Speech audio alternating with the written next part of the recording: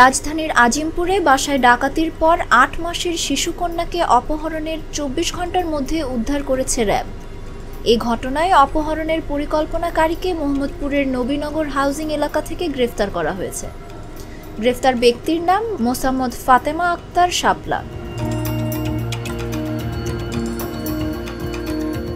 RAB বলছে, অপহরণের ২ সপ্তাহ আগে ওই বাসাটি রেকি করে অপহরণকারীরা। এরপর সাবলেট হিসেবে বাসা ভাড়া নেয় ভুক্তভোগী নারীর সঙ্গে। বাসা ভাড়া নেওয়ার একদিন পরেই অপহরণ করে শিশুটিকে।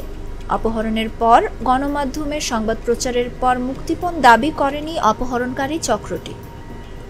শনিবার দুপুরে কারওয়ান বাজার র্যাব মিডিয়া সেন্টারে এক সংবাদ সম্মেলনে এসব তথ্য জানান র্যাবের লিগ্যাল অ্যান্ড মিডিয়া উইং এর পরিচালক লেফটেন্যান্ট কর্নেল মুনিম ফেরদৌস। এখানে ঘটনার বিস্তারিত যদি বলতে হয়, ভিকটিম যে মেয়ে এর মার সাথে যে অপহরণকারী চক্রের সদস্যদের মধ্যে যে একজন মহিলা ছিলেন, তিনি তাকে প্রায় ২ সপ্তাহ পূর্ব থেকে তাকে অনুসরণ করা শুরু করেন এবং তার সাথে সখ্যতা গড়ে তোলার চেষ্টা করেন।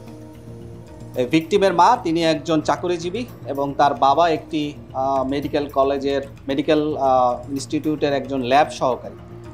এবং তিনি প্রতিদিনের ন্যায় গত সপ্তাহের মঙ্গলবার যখন অফিসে যাচ্ছিলেন, তখন সকালবেলা তার সাথে এই অপহরণকারী চক্রের যে মহিলা একজন সদস্য আছেন, তার সাথে রাস্তায় পরিচয় হয় এবং তার সাথে তিনি শেয়ার করে একটি রিকশায় করে তার স্টাফ বাসে ওঠার জন্য আজিমপুর বাস স্ট্যান্ডে যান।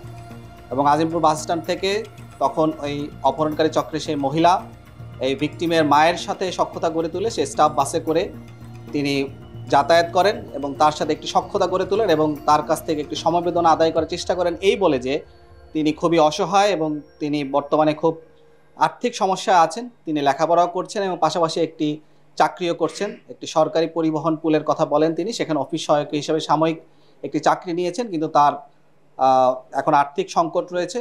তো এই কথা শুনে ভিকটিমের মা তার পাশে দাঁড়ানোর কথা বলেন এবং তিনি তার সাথে এর পরবর্তীতে বিভিন্ন সময় মোবাইলে কথোপকথন করেন এবং বিভিন্ন ধরনের তথ্য আদান প্রদান করেন। এর মাধ্যমে তাদের মাঝে একটি সম্পর্ক তৈরি হয়। এই সম্পর্কের ধারাবাহিকতায় গত সপ্তাহের বৃহস্পতিবারের বিকালবেলা মূলত এই যে অপহরণকারী চক্রের একজন সদস্য মহিলা, তার নাম হচ্ছে শাপলা, তিনি তার বাসায় সাবলেট হিসেবে ওঠার জন্য একটি অ্যাডভান্স হিসেবে ২০০০ টাকা দেন এবং তাদের 2 রুমের বাসায় একটি বাসায় তিনি ৮,০০০ টাকা বাসা ভাড়া নিয়ে থাকবেন এবং তাদের সাথে একসাথে থাকবেন বলে একটি চুক্তিবদ্ধ হন। পরবর্তীতে যখন এই অপহরণকারী চক্রের যে মহিলা, তিনি সংক্ষেপে তাদের বাসায় সেই রাত্রে থাকেন, কিন্তু সেই রাতে ওই বাসাতে যে ভিকটিম তার মায়ের একজন সম্পর্কের দুলাভাই সে বাসাতে চলে আসাতে তারা সেই রাতে তাদের এই অপহরণকারীর যে পরিকল্পনা সেটা সফল কাম করতে পারেনি। কিন্তু তারপরও তাদের দেওয়া তথ্য মতে, ভিকটিমের মায়ের দেওয়া তথ্য মতে এবং যে অপহরণকারী চক্রের যে সদস্য মহিলাকে আমরা আটক করেছি তার দেওয়া তথ্য মতে তিনি রাতের বেলা সেখানে তাদেরকে সবাইকে ঘুমের ওষুধ এবং চেতনানাশক ওষুধ খাওয়ান। এবং যখন পরবর্তী দিন সকালবেলা ওই বাসাতেই ওই ভিকটিমের মায়ের সাথে তার দুলাভাই এবং তার মা পরবর্তী দিন সকালবেলা বরিশালে যাওয়ার জন্য সকাল 6:30টায় যখন বেরিয়ে যান, তখন এই ভিকটিম এবং তার মেয়ে শুধুমাত্র সেই বাসাতে ছিলেন। এবং যখন ছিলেন তখন এরপরে সকাল 10টার দিকে যে অপহরণকারী চক্রের যে মহিলার কথা আমি বলছি, যে শাপলা, তিনি তার সহযোগী 3 জন তার চাচাতো ভাই পরিচয় এবং গ্রাম থেকে কিছু চাল নিয়ে আসবে এই কথা বলে 3 জন ছেলেকে সেই বাসায় নিয়ে আসেন এবং দরজা খুলে তাদেরকে ভিতরে প্রবেশ করান।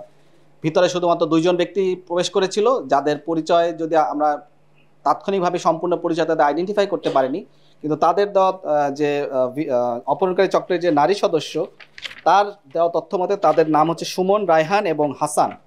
এই সুমন এবং রায়হান মূলত বাসার ভিতরে প্রবেশ করেন এবং তাদের কাছ থেকে সেই ভিকটিমের মায়ের কাছ থেকে এই 8 বছর জাইফা বা মেয়েকে তারা ছিনিয়ে নেন এবং এই অপহরণকারী চক্রের সদস্যরা এই ভিকটিমের মাকে বিভিন্নভাবে আটকে ফেলেন, তাকে হাত পা বেঁধে ফেলেন এবং মুখের ভিতরে কাপড় দিয়ে তার মুখটাও বেঁধে ফেলেন এবং তাকে এক ধরনের স্প্রে করেন তার নাকে এবং বাচ্চাটাকেও একটি স্প্রে করে অচেতন করে ফেলেন এবং পরবর্তীতে সে বাচ্চাটাকে নিয়ে তারা চলে আসেন এবং সেখানে তারা চলে আসেন হচ্ছে নবীনগর হাউজিং, মোহাম্মদপুর আদাবর এলাকা অবস্থিত, সেখানে একটি বাসাতে, যেখানে এই অপহরণকারী চক্রের সদস্যরা সকলেই সেখানে চলে আসে।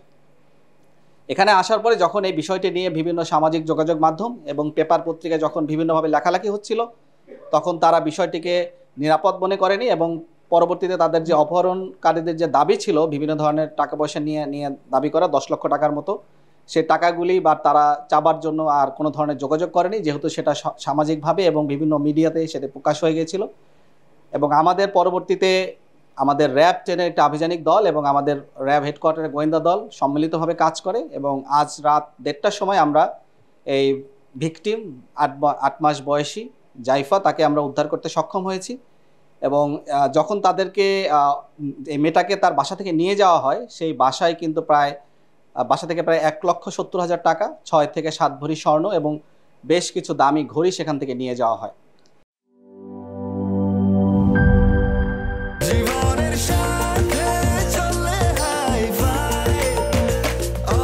স্বাস্থ্যকর অল টাইম, সব সময় অল টাইম হেলদি লাইফ।